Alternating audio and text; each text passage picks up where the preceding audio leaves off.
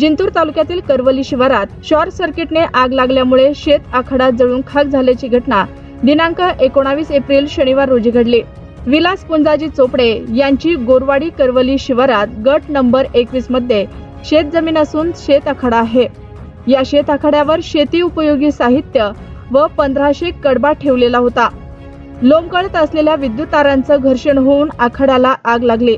या आगीत शेती उपयोगी साहित्य व 1500 कडबा जळून खाक झाला असून शेतकऱ्याची 1.5 लाख रुपयांचे नुकसान झाले आहे।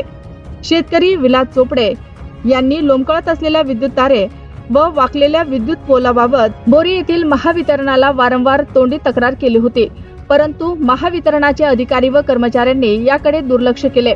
महावितरणाच्या हलगर्जीपणामुळे शॉर्ट सर्किट होऊन ही आग लागली असा आरोप शेतकरी विलास चोपडे यांनी केला आहे।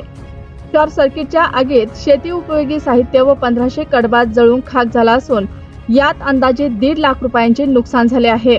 हे नुकसान भरपाई महावितरणाने तात्काळ द्यावी अशी शेतकऱ्याकडून मागणी होत आहे।